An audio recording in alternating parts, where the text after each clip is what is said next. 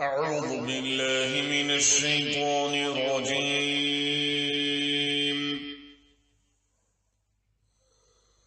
بسم الله الرحمن الرحيم.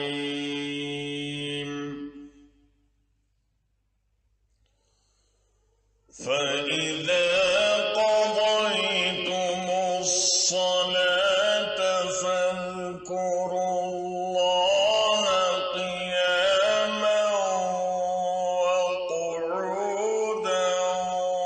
وعلى جنوبكم فإذا اطمأننتم فأقيموا الصلاة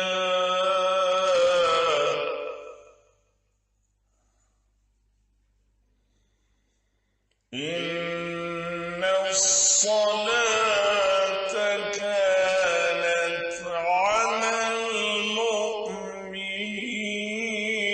كتابا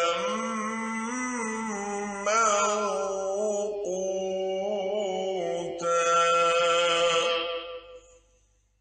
बस जब तुम नमाज अदा कर चुको तो अल्लाह को याद करो, खड़े बैठे और लेटे।